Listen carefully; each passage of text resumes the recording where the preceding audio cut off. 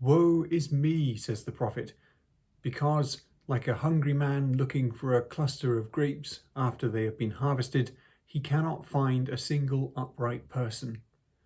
As he says in verse 2, the faithful have disappeared from the land. But this imagery is not a simple simile. The fact that no one has left anything for the poor, as per Leviticus 19, is evidence of the point of this oracle. No one has pity or concern. Verse 2 is similar to Psalm 14 verses 1 to 3, and verse 4 also contains the imagery of consuming, which we saw in Micah 3, only not as gruesome. The psalmist says, "Have they no knowledge, all the evildoers, who eat up my people as they eat bread?" The description of waiting to shed blood in Micah 2 is also like Isaiah 59 and Proverbs 1, which are joined together with Psalm 14, along with some other scriptures, by Paul in Romans 3, at the point in his argument where he proves that all humans, whether Jew or Gentile, are guilty before God. Back in Micah, the people have become so vicious that they hunt each other with nets, as he says in verse 2. Verses 5 to 6 describe the turmoil within the closest possible relationships. No one can trust anyone anymore. Verse 6 is quoted by Jesus in his mission discourse in Matthew 10:35 to 36. Verse 7 is like Joshua 24:15, where he declares, "But as for me and my household, we will serve the Lord." It is a declaration of independence from a wicked generation, a standing out in the crowd.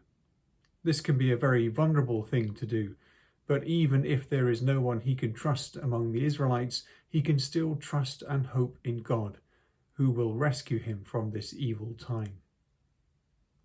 Hope and patience are the theme of the next section, verses 8 to 20. Micah continues in the first person, but he is probably now speaking for Israel rather than just himself. In fact, he is now speaking as Jerusalem personified as a woman. The verbs and pronouns are in a feminine form, as they are for her enemy. In order to express his confidence in God, Micah imagines an enemy who thinks that Jerusalem's situation is proof that God has completely abandoned her in judgment. One can imagine then a woman being humiliated by another woman for some disgrace she has brought upon herself. As we have seen in the Psalms, in this honour-shame culture, it is typical to describe victory in terms of the destruction or shaming of enemies. So Micah, as Jerusalem, warns her, "Do not rejoice over me, O my enemy. When I fall, I will rise." This is something which recurs in the prophets, which brings judgment.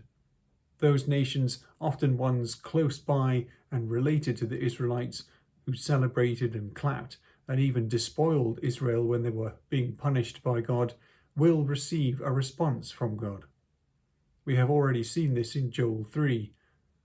Verse 9 shows the recognition of the justice of the situation, that Israel's sins have brought the Lord's indignation down on them, and they must bear it. This acceptance has led to a humble confidence that God, in his own time, will return and take their side, and will judge those who mocked Israel's boast that the Lord is with them.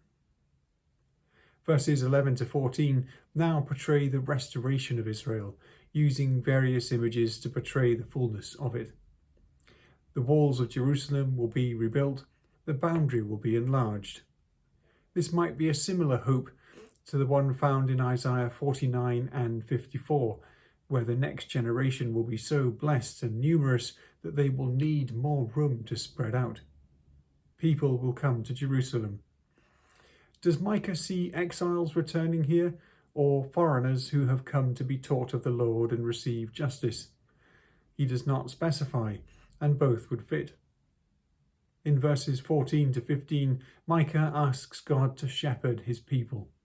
He seems almost misty-eyed as he reminisces about the old times when God brought them out of Egypt with wonders and settled them peacefully in the land. The result of these fresh wonders will be, as in verses 16 to 17, that the nations are humiliated. When they see the power of the Lord, they will be ashamed of their own strength, which they used to oppress God's people. Yet they are not obliterated, but turn and stand in fear of the Lord. Finally, in verses 18 to 20, Micah addresses God and asks, similar to Exodus 15:11, "Who is God like you?" He then moves on to Exodus 34 with God's self-declaration to Moses. Micah wonders at God's mercy. As he writes, he delights in showing clemency. In verse 19, he uses two images for forgiveness: treading iniquities underfoot and casting sins into the depths of the sea. On the first day of the new year, Rosh Hashanah, Jews will read this verse and cast bread or pebbles into a river or stream, or shake out their clothes as though to shake out their sins into the water. The final verse declares that the basis of all this hope in God's forgiveness is God's faithfulness, for he will honour the oath he made to the fathers, Abraham and Jacob. As always with Israel, the past is the key to the future.